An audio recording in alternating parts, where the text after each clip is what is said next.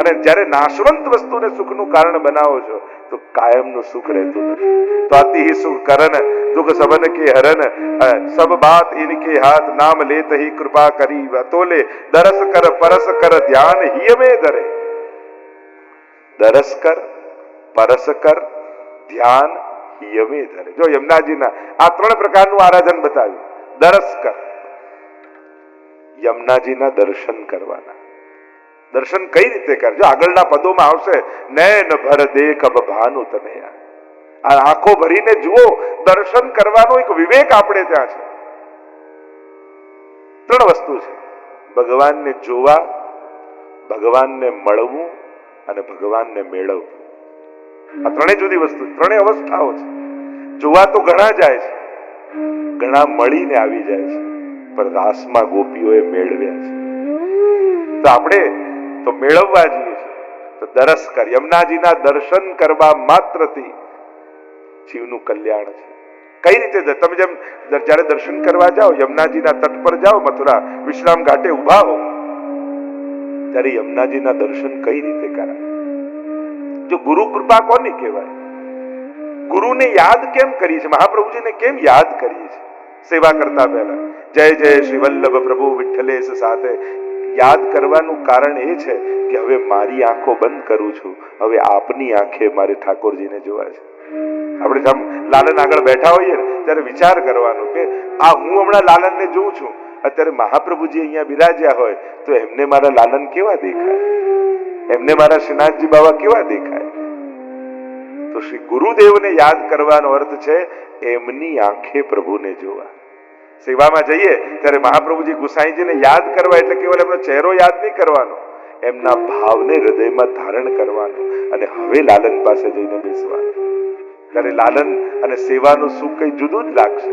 ભોગ શ્રૃંગાર યશોદા મૈયા શ્રી વિઠ્ઠલનાથ કે હાથ કો ભાવે. એટલે તો કહ્યું ને, મને તો ગુસાઈજીના હાથનું ગમે છે કે જ્યારે ગુસાઈજી શ્રૃંગાર કરે ત્યારે શ્રીનાથજી બાબા કેવા હરખાતા હોય. આપણે લાલનને કે શ્રીનાથજી બાબાને શ્રૃંગાર ધરતા હોઈએ અને જ્યારે એવો ભાવ કરી કે અત્યારે ગુસાઈજી મારા હૃદયમાં બિરાજી. વાંકે અંબોડે શ્રીનાથજીને સુંદર શ્યામ સ્વરૂપ. ગુસાઈજી કેવી સેવા? શ્રી વલ્લભ સુત સેવા કરે શ્રી ગોકુળ નામુ. વાંકે અંબોડે શ્રીનાથજીને સુંદર શ્યામ સ્વરૂપ. શ્રી વલ્લભ સુત સેવા કરે શ્રી ગોકુળ નામુ. પાગ બાંધે ભાનો જન કસીને સુંદર વાઘા પતકા છે પચરંગના મૂળ વાત જે કહી રહ્યો છું, વલ્લભને વિઠ્ઠલને યાદ કરવાનો અર્થ હવે આપના ભાવને હૃદયમાં ધારણ કરી અને હવે આપ દરસ કર. એમ યમુનાજીના દર્શન આપણને કરાવ્યા. જ્યારે ઘાટ પાસે જાઓ ને અને ઘાટ પર ઉભા રહીએ તો આપણને સૌથી પહેલા શું દેખાય? યમુનાજીની લહેરો દેખાય. અને લહેરો નહીં જોવાનું, હરિરાયજી, ગોકુલનાથજી, મહાપ્રભુજી, ગુસાઈજી કઈ દ્રષ્ટિ આપે છે? મહાપ્રભુજી કહે આ લહેરો નથી, તરંગ ભુજ કંકણ પ્રકટ મુક્તિકા વાલુકા. તરંગ શું છે? ભુજ, ભુજા છે. એટલે જ્યારે તમે દૂર ઉભા હો ઘાટ પર ને યમુનાજીની લહેરો દેખાય તો ભાવ એમ કરો કે મારી માં આ જીવરૂપી બાળક જે અનંત જન્મોથી વિખોટો પડ્યો હતો અને આજે બાળક સામે આવીને ઊભો છે તો યમુના માએ પોતાની બાહો ફેલાવી અને મને બોલાવી રહ્યા છે કે આવો બેટા, મારી ગોદમાં આવી જા, મારી છાતીએ લાગી જા, મારા પયના પાન તને કરાવી દઉં. અને એટલા માટે એક માં જેમ ક્ષુધાતુર બાળકને બાહો ફેલાવી અને આમંત્રિત કરે એમ ભાવ એવો કરવો. હવે જ્યારે તમે એ બ્રજમાં જાઓ ત્યારે દર્શન જુદી રીતે કરજો. ત્યારે લહેરોને જોઈને એવો ભાવ કરજો, તમને જોઈને યમુના માં તમને બોલાવી રહી છે ગોદમાં લેવા માટે. તરંગ ભુજ. અને પછી તમે શું કરો? સીડીઓ નીચે ઉતરી અને ઘાટ પર બેસી જાઓ, અને તટ પર બેસી જાઓ. આ તટ શું છે? નિતંબ તટ સુંદરી નમત કૃષ્ણ તુલ્ય પ્રિયા. યમુનાજીની ગોદ છે એટલે યમુનાજીએ તમને બાહુથી ખોળામાં લીધા અને આ જીવરૂપી બાળક માના વક્ષસ્થળથી કૃપા રસના પાન કરવા માંગે છે. અનંત જન્મોથી ક્ષુધાતુર થયેલો છે અને એટલા માટે યમુનાજીએ પલાઠી વાળી અને તમને ખોળામાં લીધા, ગોદમાં લીધા. હવે ઘાટ પર તટ પર બેસીને તમે શું કરો? જળની અંજલિ ભરો અને પાન કરો. તમે જળના પાન નથી કર્યા.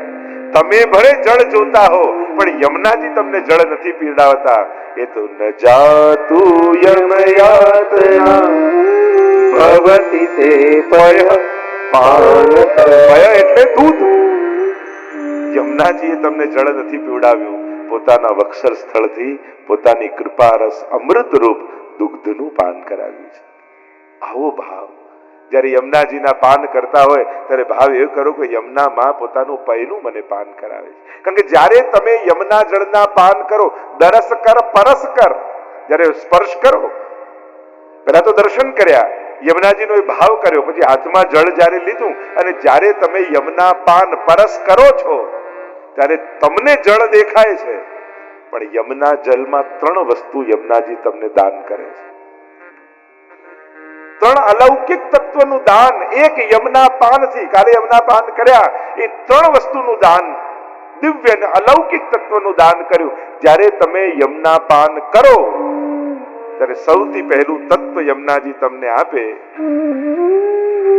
મુરારી પદ પંકજ સ્ફુરદ અમંદ રેણુ ઉત્કટામ. યમુના જળમાં શું છે? મુરારી એવા શ્રી કૃષ્ણના ચરણની રજ છે.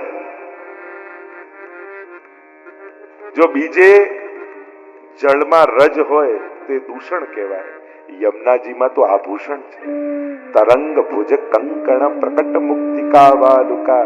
જ્યારે એમાં ચળકે ને રજ યમુના જળની લહેરોમાં, તો મહાપ્રભુજી કહે એ રજ એવી લાગે છે જાણે મોતીના કંકણ યમુનાજીએ પહેર્યા છે અને એના મોતી ચળકી રહ્યા છે. એ રજ પણ મોતી લાગે છે, શૃંગાર આભૂષણ લાગે છે. તો જ્યારે યમુના પાન કરો ત્યારે યમુનાજી સૌથી પહેલા તમને પ્રભુના ચરણ રજનું પાન કરાવે છે. અને રજની મહિમા તો કેટલી આપણે ત્યાં ગાઈ છે, પ્રભુના ચરણના રજની મહિમા. કારણ કે યમુનાજી એ કેવલ જલમાં નથી, એમના તટની રજમાં પણ છે. ઘણી વાર વ્રજમાં જઈને જલ ન દેખાય તો આપણે એમ કે યમુનાજીના દર્શન ન થયા. અરે જલરૂપ યમુનાજીના દર્શન નથી થયા, રજરૂપ યમુનાજી તો બિરાજે જ છે. કારણ કે યમુનાજીમાં જલ કરતા પણ રજની મહિમા છે. ત્યાં કહ્યું ને સ્ફુરદ અમંદ રેણુ ઉત્કટામ, જલ કરતા પણ રજ જેમાં વધારે છે એવા યમુનાજી છે.